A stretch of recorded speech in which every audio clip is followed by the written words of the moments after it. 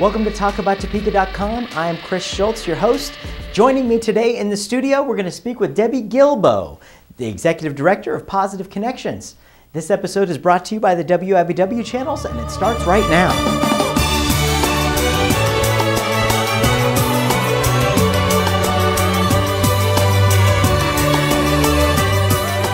I'm here with Debbie Guilbault from Positive Connections. You're the Executive Director over there. Debbie, thank you for joining us. Thank you for having me. So tell us a little bit about Positive Connections. It's a brand new name, but it's not a brand new organization. Absolutely. We changed our name in October. We were formerly the Topeka AIDS Project. We've been around since 1985.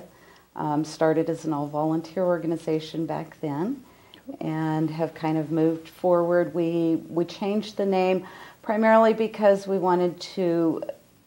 A couple of reasons. Number one is because we don't just serve Topeka. We actually serve 11 counties in northeast Kansas. Okay. So we wanted to kind of be inclusive of those counties as well.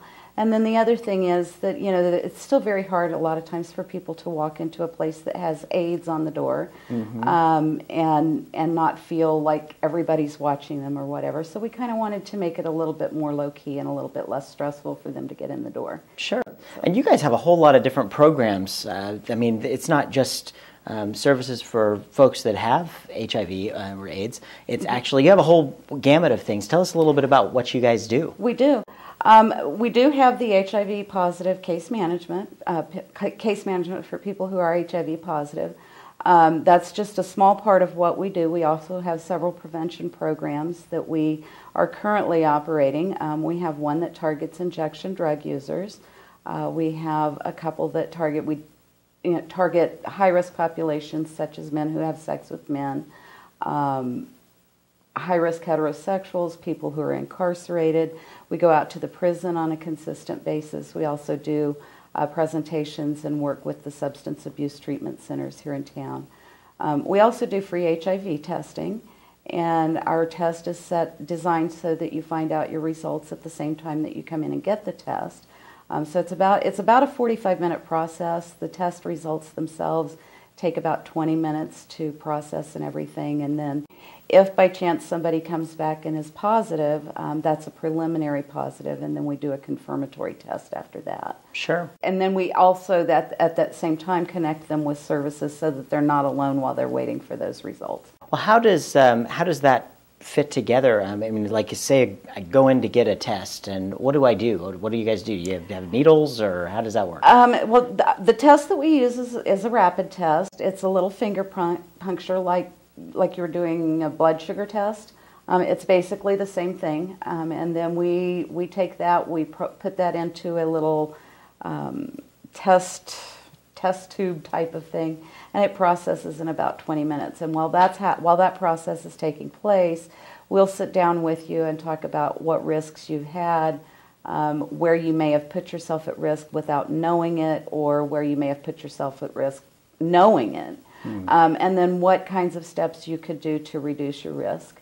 And so hopefully by the time everybody leaves there, they not only know their HIV status, but have developed some sort of a plan to reduce their risk in the future. Very good. And speaking about risk of that, I mean, it seems as though HIV isn't talked about as much as it used to be. I mean, is it becoming less of a problem? What's the reason for that? Well, I think because it's become more of a chronic illness. There's been a lot of medications developed over the years that people can take and still live a pretty healthy life. As far as it becoming less of a problem, I would say no. We actually had more positive tests last year than we've had in the time that I've been there. Wow. And so that, you know, it's a significant number. And when you think about the statewide positivity rate, it's about 1% throughout the state. About 2% of the people that we tested were actually positive, so we were a little bit higher than the rest of the state for last year. How does that rate compare to other states? Kansas is considered a low incidence state, so we are pretty low incidence. So obviously, if you look at places like Chicago and the East Coast and the West Coast, they're definitely much higher. We are fortunately a low positivity rate state. It has its drawbacks too, because it does mean that we get less funding, but you know, I would rather have less funding and fewer people that are positive. Absolutely. So in that sense, it's really good. So, well, tell me a little bit about you. What brought you to Positive Connections, and how long have you been there? What actually brought me there, I've kind of always been involved in the nonprofit sector in the community for probably 20, 25 years now. And it was, my thing is I'm always the person that wants to speak for those that don't really have a voice for themselves. Sure. And so I initially started out with working with battered women and sexual assault victims. And then I worked with seniors, and this just seemed like a natural progression. Yeah. Because again, it's a population that often doesn't have a voice. Yeah. And so I'm real good at talking, so I figure I could be their voice.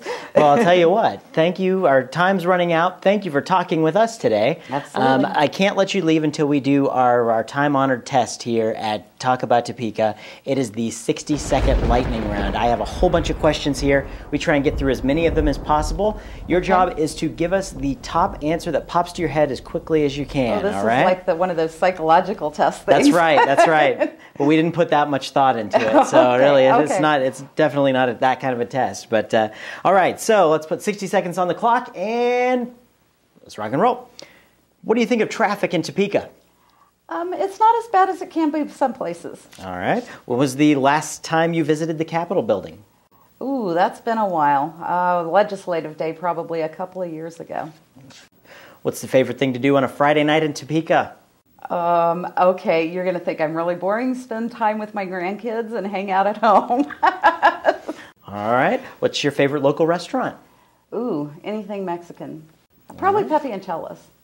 Right. Last big name show you saw in Topeka? Gosh, it was at TPAC. Can't remember who it was, but it was at TPAC. Good call. All right.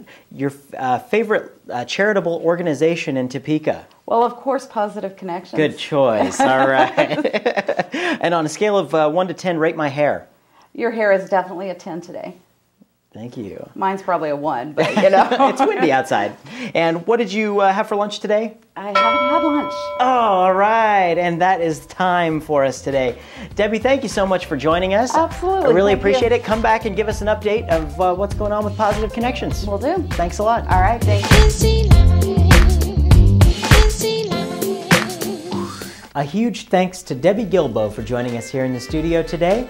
Today's episode was brought to you by the WIDW channels, Kansas news leader. Except for us, of course.